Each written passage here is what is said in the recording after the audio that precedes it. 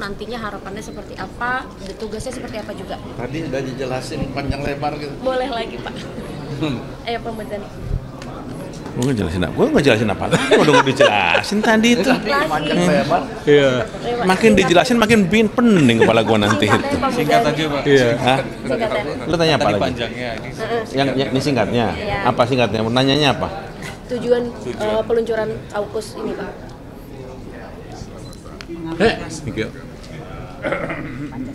Ya ini sebenarnya kan satu lembaga yang mensinergikan bagaimana sebuah kaukus kita bisa sinergikan dengan beberapa pandangan dan pemikiran bisa disinergikan untuk kekuatan-kekuatan yang bisa kita padukan dalam kaitan apa yang selama ini menjadi concern bagi MPR, yakni 4 pilar kebangsaan. Karena itu pagi ini MPR melakukan satu kegiatan yang menurut saya cukup penting, meluncurkan kaukus kebangsaan dan pembangunan berkelanjutan, dan support itu dilakukan alhamdulillah oleh Kementerian Bappenas. Hari ini hadir Wakil Menteri Bappenas, dan hari ini kami juga didukung oleh fraksi-fraksi MPR yang ada di MPR hadir, dan nanti akan diikuti oleh seluruhnya sebagian besar untuk memberikan pandangan dan menjadi peserta. Ini adalah bentuk partisipasi dan support dari teman-teman majelis dalam kaukus ini. Goalnya adalah bagaimana pandangan mereka tentang kaukus ini, bahwa karena ini adalah bagaimana nilai Pancasila bisa memberi andil bagi pemberantasan, bagi pembangunan berkelanjutan. Kira-kira apa itu pembangunan berkelanjutan? Bagaimana pembangunan yang lebih berkeadilan, pembangunan yang lebih dirasakan oleh masyarakat bangsa dan Indonesia, masyarakat kita. Dan goals ke depan ya Pak. Ya. Sulaim boleh Pak. Ntar dulu Pak Tantowi yang menjelaskan ini yang lain, biar lu punya pandangan. Ini Pak Tantowi presidennya. Ya, udah lama banget nggak ngomong gini. Iya Bang, ya Bang. Iya. Lu kangen kan sama Pak Tantowi? Baik, rekan-rekan pers, yang hari ini adalah hari yang sangat istimewa sekaligus historis, di mana SDGs atau pembangunan berkelanjutan diserbu tanda kutip bersama-sama, bukan saja oleh pemerintah, NGO seperti United in Diversity, tapi juga oleh parlemen. Nah, keterlibatan parlemen ini dalam melakukan akselerasi terhadap pencapaian 17 goals dari SDGs itu sangat dinantikan selama ini, karena di gedung inilah para pengambil kebijakan, khususnya para legislator, kemudian teman-teman yang menentukan berapa anggaran yang bisa dipergunakan dalam rangka negara kita mencapai tujuan SDGs yang hanya tinggal 5 tahun lagi. Jadi SDGs itu cut off-nya tahun 2030. Tapi tadi sebagaimana disampaikan oleh Pak Wamen, hanya sedikit negara yang akan mencapainya. Nah, posisi Indonesia sekarang ini kurang lebih di angka 67% ya Pak ya. Jadi kita masih ada 33% yang harus kita capai dalam waktu yang hanya tersisa 5 tahun lagi.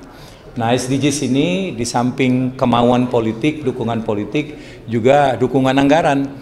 Karena setiap 17 dari program SDGs itu membutuhkan langkah politik, afirmasi politik, dan juga anggaran.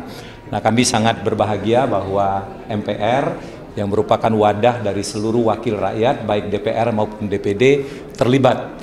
Meskipun di sisa 5 tahun terakhir, ada istilah itu lebih bagus terlambat daripada tidak sama sekali.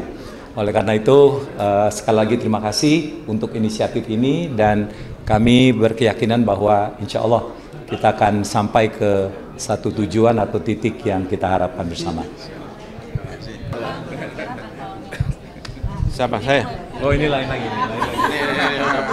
Pertanyaannya dari pilkada.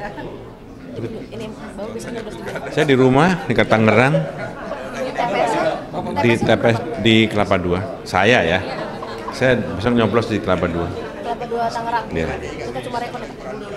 di Kabupaten Tangerang di Karawaci. Apalagi isu lagi? Pak, mungkin menanggapi Pak. Lu jangan isu yang berat-berat ya, kamu pilkada, ntar di kampanye lagi.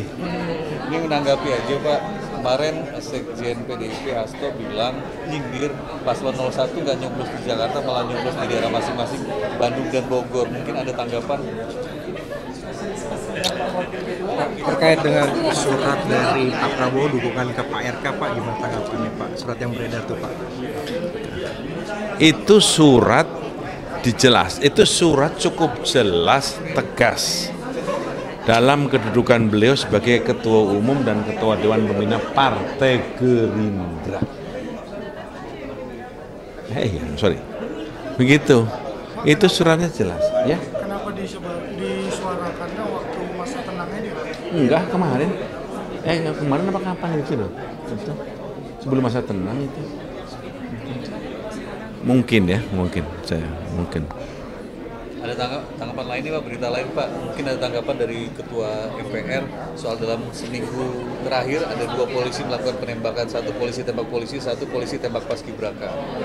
Ada tanggapannya mungkin mengevaluasi, ada usulan evaluasi soal polisi yang memegang senjata mungkin. Ya saya kira itu memprihatinkan, tapi insya Allah